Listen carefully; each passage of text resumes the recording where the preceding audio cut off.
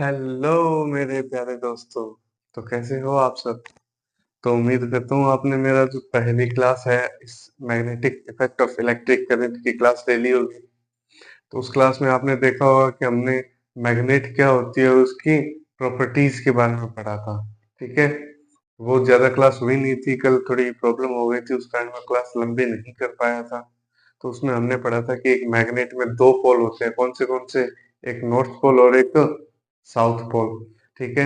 ये बातें आप सबने पढ़ी थी। अब आज हमारी बारी है पढ़ने की कैरेक्टरिस्टिक्स ऑफ मैग्नेटिक फील्ड।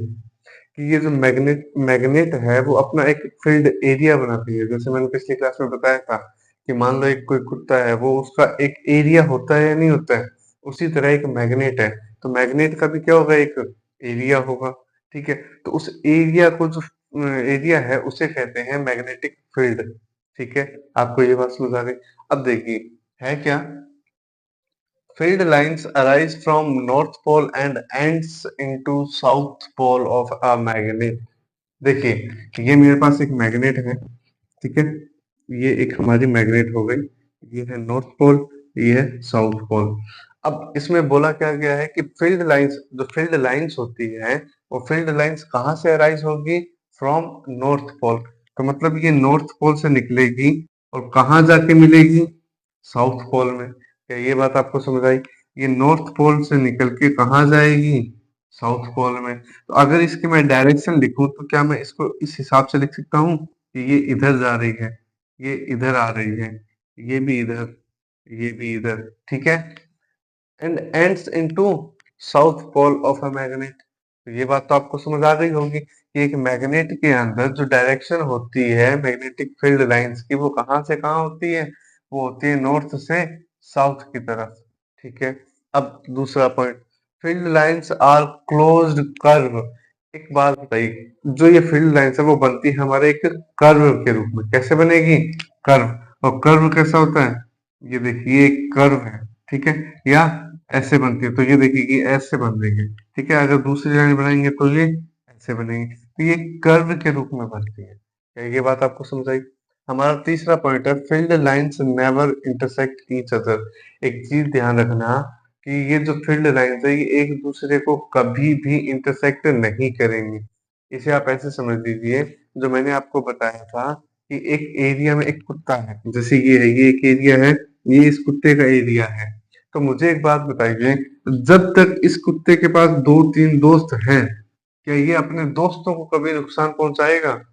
नहीं। वो अपने जो आसपास के जितने कुत्ते होते हैं उनको कभी नुकसान नहीं पहुंचाता। जैसे ही कोई बाहर का कोई अंदर आएगा उसको मारने के लिए ये बाहर जाते हैं या नहीं जाते? उसी तरह यहाँ है।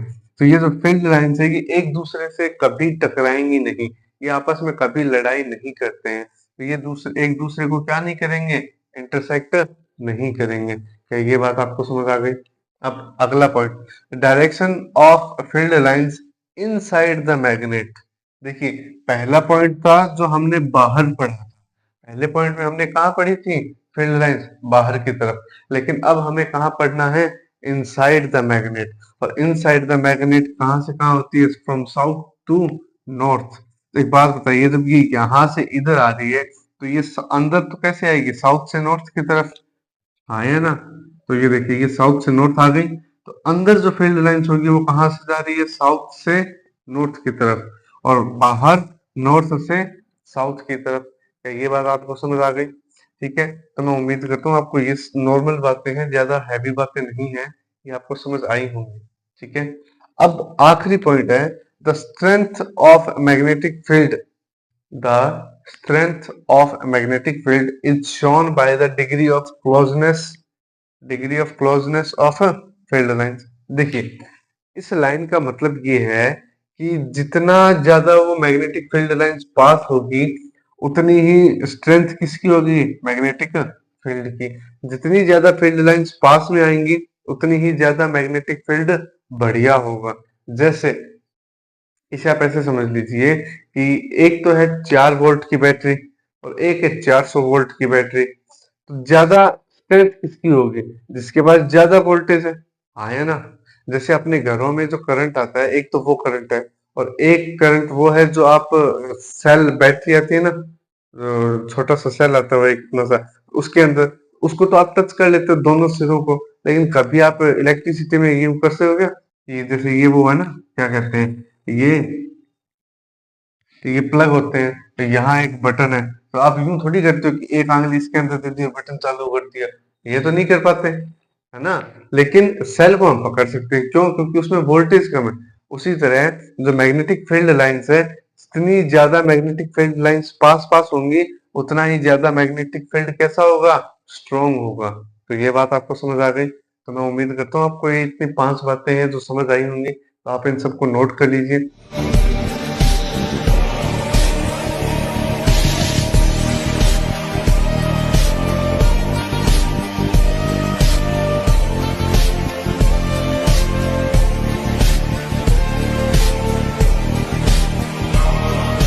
साथ के साथ आपको एक चीज बता देता हूँ कि एक साइंटिस्ट था। कौन था? साइंटिस्ट जिसका नाम था H.C. ओरस्टेड। कौन था ये? ये वो साइंटिस्ट था जिसने ये बताया था कि मैग्नेट से हम करंट निकाल सकते हैं, या उसका उल्टा भी कर सकते हैं कि करंट से हम मैग्नेटिक फील्ड को डिसाइड कर सकते हैं। देखिए, एक एक्सपेरिमेंट किया था इसने। किसने क्या किया था कि इसने एक मैग्नेट ली, ठीक है, और मैग्नेट से ये ट्राई करता गया बार बार। इसने अलग अलग तरीके से एक्सपेरिमेंट किए, पर ये कभी सक्सेस नहीं हो पाया। फिर इसको जब गुस्सा आया, क्या हुआ? इसको आया गुस्सा, तो उसने क्या किया, एक मैग्नेट रखी हुई थी ऐसे लंबी, और इसने मैग्नेट को दूसरी मैग्नेट को फेंक के मारा। क्या किया? मैग्नेट को फेंक दिया। तो जब मैग्नेट को फेंका तो मैग्नेट के आसपास से वो मैग्नेट निकली। जैसे ही वो निकली तो उसे पता लग गया कि यार करंट तो हम बना सकते हैं, ठीक है। तो उसने क्या किया, अब एक चीज बताइए कि मान लो उसने क्या किया, जैसे एक ये लंबा हाथ है, अब मैं यहाँ से यहाँ तक, लंबा हाथ तक तो मैं क्या कह सकता हूँ, मैग्नेट लेके जा सकता हूँ यूं तेज तेज। लेकिन अब अगर मेरे को इलेक्ट्रिसिटी बनानी है मैग्नेट से, तो क्या मैं मतलब ऐसे लंबी, जैसे ट्रेन चलती है वैसे लंबे पूरी दूर लेके जाऊंगा? नहीं जा सकता। तो फिर उन्होंने, साइंटिस्ट ने क्या एक्सपेरिमेंट किए, उन्होंने एक सर्कुलर लूप बनाया। कैसा लूप बनाया? सर्कुलर, ऐसा सर्कुलर लूप बना लिया। अब एक बात बताइए कि इसके बाहर, अब जैसे दो चीजें, एक चीज तो मैंने आपको बताई थी कि दो मैग्नेट, तो एक मैग्नेट तो पहले से स्टेबल थी जो रुकी हुई थी, ठीक है, दूसरी मैग्नेट को चलाया गया था। ये बात समझ आई? तो अब देखिए, एक मैग्नेट ये स्टेबल है और दूसरी मैग्नेट इसके बाहर सर्कल लगा रही है, चक्कर लगा रही है। तो अब एक बात बताइए, जो सर्कल में है, क्या कभी सर्कल रुक पाएगा? एक सर्कल है, मान लीजिए ये मेरा एक इतना सा सर्कल है, तो क्या ये सर्कल कभी रुक सकता है? इसे चलाते जाइए, जितना चलता जाएगा उतना चलता जाएगा, हाँ है ना? उसी तरह, लेकिन एक लंबाई में बात करें तो एक मिनिमम डिस्टेंस होती होगी, जैसे 20 मिनट, 20 मीटर, 30 मीटर, 40 मीटर, उससे ज्यादा तो नहीं जा सकते। और अपनी स्पीड, अगर स्ट्रेंथ है आपके हाथों में, तो आप कितनी दूर फेंक सकते हो? उससे ज्यादा तो नहीं फेंक पाओगे। तो उसने क्या किया, एक सर्कुलर लूप बनाया। और किसने बनाया था? H.C. ओरस्टेड। अब इस साइंटिस्ट ने किया क्या कि इलेक्ट्रिक करंट था उससे मैग्नेटिक फील्ड को तैयार किया, ठीक है। तो आप ये सब नोट कीजिए, फिर हम आगे देखते हैं।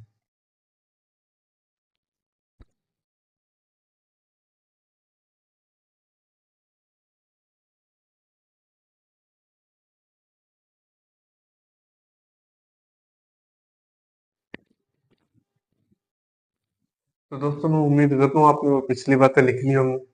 अब देखिए, अब हमें पढ़नी है दो बातें, जिसके अंदर हमें पढ़ना है कि कंडक्टर कितने टाइप के होते हैं। हमने जब पिछला चैप्टर पढ़ा था उसके अंदर हमने पढ़ा था कि कंडक्टर होता क्या है। ये बात आपको याद है? कंडक्टर कौन होते हैं? कंडक्टर वो होते हैं जिसके अंदर से क्या हो, इलेक्ट्रिसिटी पास हो जाए या करंट पास हो, ठीक है। लेकिन अब हमें ये पढ़ना है कि कंडक्टर के टाइप कितने हैं। कंडक्टर ऑलमोस्ट दो टाइप होते हैं। एक होता है स्ट्रेट, स्ट्रेट, एक होता है सर्कुलर, हाँ है ना? तो देखिए, जब मैंने आपको ये यहाँ एक सर्कुलर लूप बना के दिखाया था, तो जो साइंटिस्ट हुए थे उन्होंने ये ट्राई किया था, ठीक है।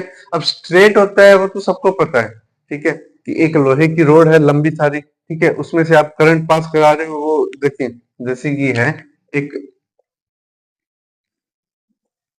जैसे ये एक आयरन रोड है, ठीक है, इसमें से करंट पास हो रहा है। और अब एक बात बताइए,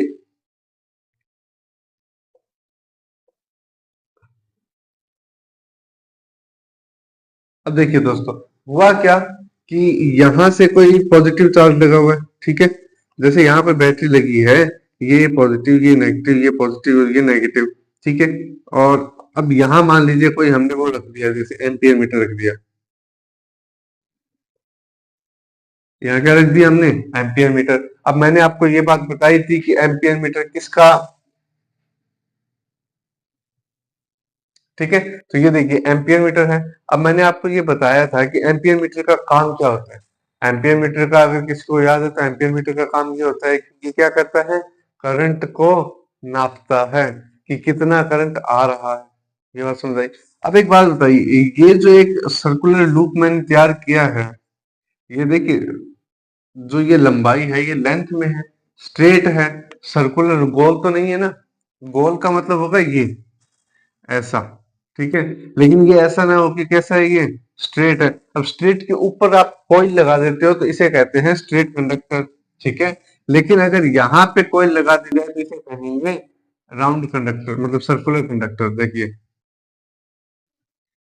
ठीक है, ये कैसा है, सर्कुलर कंडक्टर।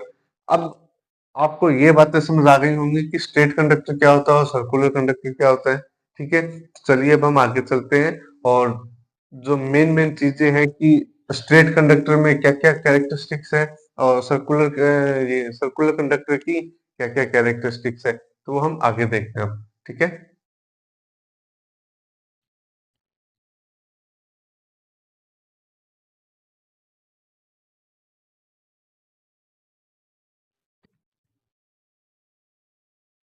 हाँ जी, तो देखिए दोस्तों, अब हमें पढ़ना है कि जो स्ट्रेट कंडक्टर है उसके अंदर देखिए magnetic field due to current.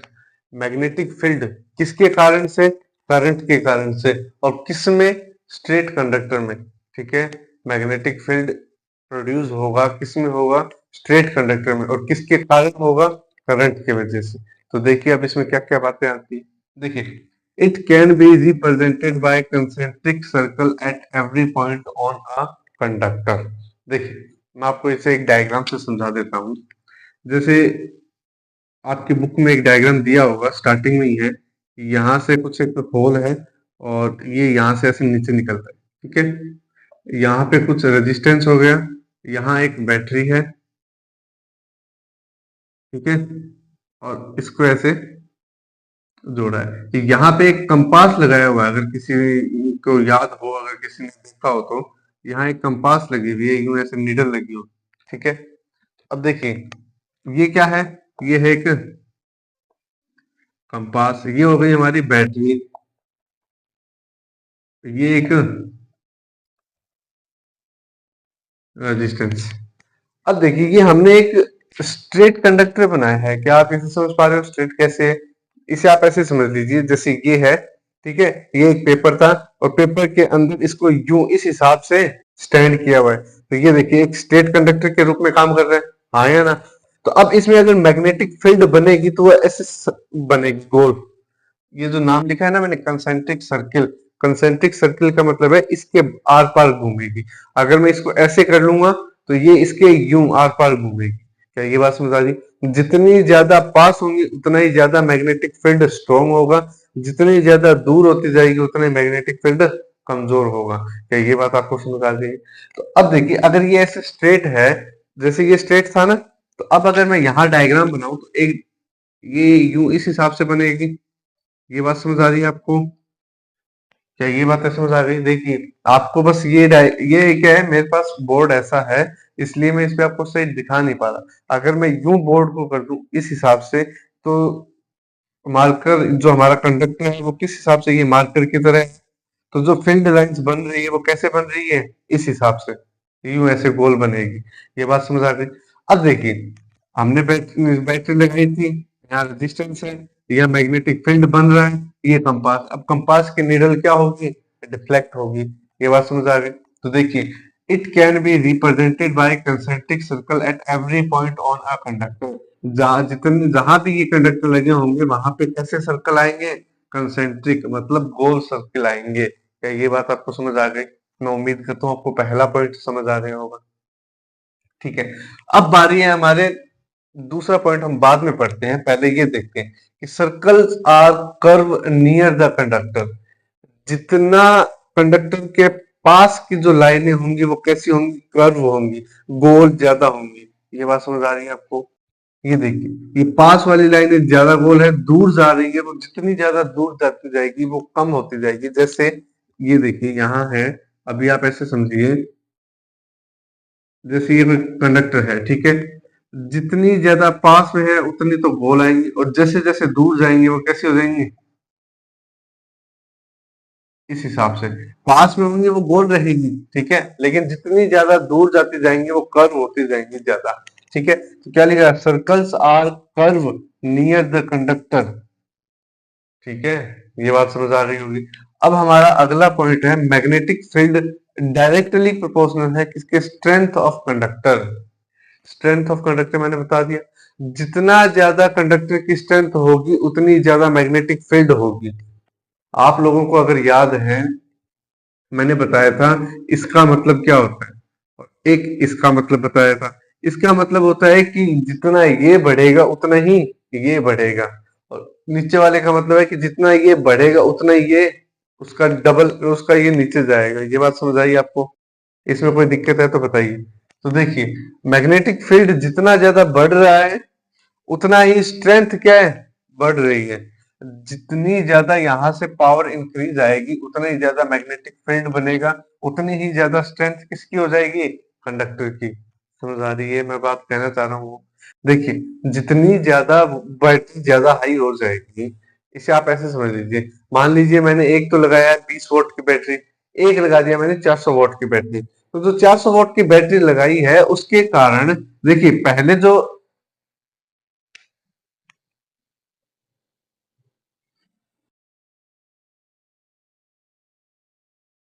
हाँ जी, तो देखिए, अब जो मेरे पास 20 वोल्ट की बैटरी थी उसका तो जो क्या कहते हैं मैग्नेटिक फील्ड लाइन थी वो इतनी थी, ठीक है। लेकिन जो मैंने बैटरी लगाई है 400 वोल्टेज की, जो मैंने 400 वोल्टेज की बैटरी लगाई है उसका कितना हो रहा है, ये देखिए, उसका जो ये क्या कहते हैं फील्ड लाइन इतनी दूर दूर तक जा रही है। ठीक है, तो जितनी ज्यादा मैग्नेटिक फील्ड, जितना ज्यादा स्ट्रेंथ ऑफ कंडक्टर, जितनी ज्यादा हम उसे करंट देंगे उतना ही ज्यादा उसका मैग्नेटिक फील्ड बढ़ता जाएगा। क्या ये बात आपको समझ आ गई है? अब अगला पॉइंट है, मैग्नेटिक फील्ड है वो इनवर्स प्रोपोर्शनल है किसके, डिस्टेंस फ्रॉम कंडक्टर। मान लीजिए कंडक्टर हमारा यहाँ पे खड़ा था, तो जितना ज्यादा दूर जाओगे उतना ही कमजोर क्या होता जाएगा, मैग्नेटिक फील्ड। क्या ये बात समझ आ रही है? देखिए, ये जो एरिया था, इस कुत्ते का एरिया था ना, ये इस कुत्ते का एरिया था, ये जितना इस एरिया से दूर जाता जाएगा उतना ही इसका क्या होगा, एरिया कमजोर होता जाएगा। ये बात समझ पा रहे हो? हाँ या ना? तो जितनी ज्यादा मैग्नेटिक फील्ड कमजोर, जितनी ज्यादा मैग्नेटिक फील्ड कमजोर होगी, डिस्टेंस फ्रॉम कंडक्टर क्या उतनी ही ज्यादा हो जाएगी। जैसे आप इसे ऐसे समझ लीजिए कि मेरे पास एक कंडक्टर यहाँ रखा हुआ है, ठीक है, अब इसकी मैग्नेटिक फील्ड यहाँ तक पहुंच पा रही है या नहीं पहुंच पा रही है, तो आपको दिख रहा है कि मैग्नेटिक फील्ड यहाँ तक आ गई। अब एक चीज देखिए कि ये यहाँ से यहाँ तक की डिस्टेंस जितनी ज्यादा होगी उतना ही फील्ड लाइंस कमजोर होती जाएगी। ये बात समझ आ गई? अब हमारा एक पॉइंट और बचता है जो है, direction can be given by right hand thumb rule. हमें एक नियम को ध्यान रखना पड़ेगा दोस्तों, जिसका नाम है राइट हैंड थंब रूल। ठीक है, ये कोई एक कंडक्टर है, ये मान लीजिए इसे ऐसे रखा हुआ है, ठीक है, ये ऐसे रखा हुआ है, हमेशा ये जो हमारा थंब होगा, अंगूठा ये वाला, इसको आपको इस हिसाब से रखना है। ठीक है, रख दिया। अब जो ये चार अंगुलियां बची है ना, ये हमें फील्ड लाइंस बता रही है कि अगर हमारा कंडक्टर इस दिशा में, ऊपर की दिशा में है, तो फील्ड लाइंस यूं आ रही है। देख पा रहे हो? ये देखिए, ये ऐसे घूम के आ रही है, यूं नहीं करना, पीछे नहीं लेके जानी, ये अंगुलियां यूं लेके आनी है। कैसे? इस हिसाब से। तो जैसे अगर मान लीजिए कंडक्टर यूं रखा हुआ है, तो फील्ड लाइंस यूं घूम रही है, मतलब ऐसे आ रही है। ठीक है, ये बात समझ आ गई। अभी आपको यहाँ पे कुछ फोटो में भी मैं दिखा दूंगा, साइड में आपको फोटो में दिखेंगी।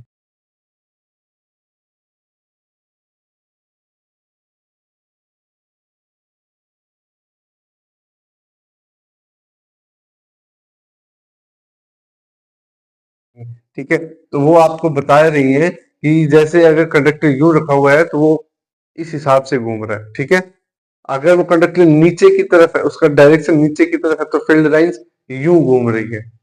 यूं नहीं लेनी हमको, ये जो अंगुलियां है, ये जो हमारे नाखून है, वो आपको अपोजिट डायरेक्शन में जाते दिखेंगे, जैसे ये देखिए। ठीक है, अगर मान लीजिए ये यूं था, कंडक्टर ऊपर की तरफ अपवर्ड डायरेक्शन में है, तो ये अंगुलियां इधर आएगी। ठीक है, तो ये है हमारा राइट हैंड थंब रूल। ठीक है, तो ये राइट हैंड थंब रूल मैं आगे लिखवा दूंगा, लेकिन आप लोगों को ये जान लेना जरूरी है कि राइट हैंड थंब रूल में होगा क्या, कि जिस तरफ ये डायरेक्शन होगी उस कंडक्टर की, ये फील्ड लाइंस इस हिसाब से घूमेगी। क्या ये बातें आपको समझ आ गई है? तो मैं उम्मीद करता हूँ आपको ये जो स्ट्रेट कंडक्टर के बारे में जितनी बातें थी वो समझ आ गई होंगी, तो आप इन्हें नोट कर लीजिए, फिर हम आगे चलेंगे।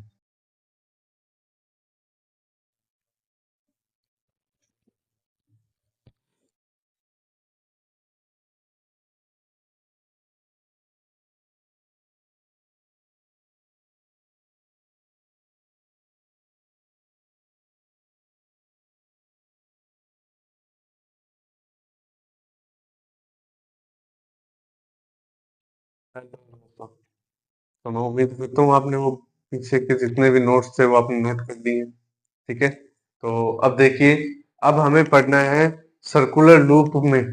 ठीक है, क्या पढ़ना है? Magnetic field due to current. अब जो मैग्नेटिक फील्ड बन रहा है किसके कारण बन रहा है? Current through a circular loop. अब लूप कैसा है हमारा? सर्कुलर है। ठीक है, पहला जो हमने पढ़ा था वो कैसा पढ़ा था? Straight conductor. यहाँ लूप की जगह कंडक्टर भी लिख सकते हो, वो एक ही बात है। ठीक है, तो देखिए, अभी है क्या, मेरे पास एक,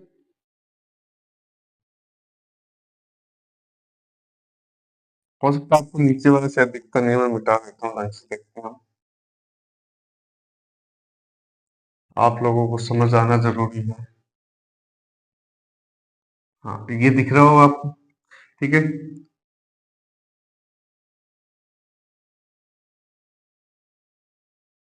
ये एक मैंने सर्कुलर लूप बनाया है, आपको सर्कुलर दिख रहा होगा, थोड़ा सर्कल टाइप का। ठीक है, गोल सा। ठीक है, तो अब इसमें है क्या कि मान लीजिए यहाँ से कहीं बैटरी लगी होगी, वो सब आगे की बात है, वो जब हम आगे पढ़ेंगे तब देखेंगे। हमें अभी इतना देखना है कि ये एक सर्कुलर लूप है, तो इसके अंदर जो फील्ड, मैग्नेटिक फील्ड की जो डायरेक्शन होती है और जो मैग्नेटिक फील्ड बनता है वो कैसे बनता है। ठीक है, तो देखिए, ये भी एक चीज ध्यान रखना कि चाहे सर्कुलर लूप हो चाहे स्ट्रेट कंडक्टर हो, जो लाइनें बनेगी वो कैसी बनेगी? कॉन्सेंट्रिक सर्कल की तरह। ठीक है, हर पॉइंट पे बनेगी। तो देखिए, ये यहाँ इस हिसाब से बनती जाएंगी। ठीक है, ये देखिए, ये हर पॉइंट पे यूं बनती जाएगी। लास्ट में क्या होगा, यहाँ कुछ आते आते ये एकदम जब सेंटर पे आएंगे ना, तो ये एकदम सीधी हो जाएगी। कैसी हो जाएगी? सीधी। तो ये मान लीजिए हमारा नॉर्थ पोल था और ये हमारा साउथ पोल है, यहाँ वापस ऐसे उल्टी नहीं जाएगी।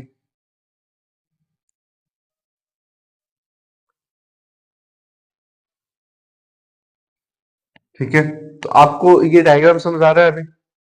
मैं उम्मीद करता हूँ समझ आना चाहिए, क्योंकि मैंने अपने हाथों से बनाया है, पहली बार कोई डायग्राम बना रहा हूँ, इतना बढ़िया है। आप लोगों के लिए थोड़ा सपोर्ट रखो। तो देखिए, हमें एक चीज ध्यान रखनी है, देखिए, स्ट्रेट लाइन एट सेंटर। एक चीज ध्यान रखना है, ये मैग्नेटिक फील्ड लाइन जब सर्कुलर लूप में पढ़ोगे, तो जो एकदम सेंटर का पॉइंट होगा वहां पे लाइन हमेशा सीधी आएगी। ठीक है, ये बात याद रखना। अब देखिए, अब इसमें क्या है, अब हमेशा ये, हमें तो ये पता तो है ही कि मैग्नेटिक फील्ड है वो कैसे जाते हैं, नॉर्थ से साउथ की तरफ। ये नॉर्थ हो गए, तो ये नॉर्थ ऐसे साउथ में यहाँ घूम के आएगा, इसकी डायरेक्शन कहाँ होगी? इधर, इसकी इधर, इधर। क्या ये बात आपको समझ आ गई? मुझे नहीं लगता इसमें आपको कोई दिक्कत होनी चाहिए। अब ये इधर जा रही है तो ये भी इधर आएगी। ठीक है, ये इस हिसाब से घूम रही है। ठीक है, तो ये आप लोगों को समझ आ गई होगी बातें।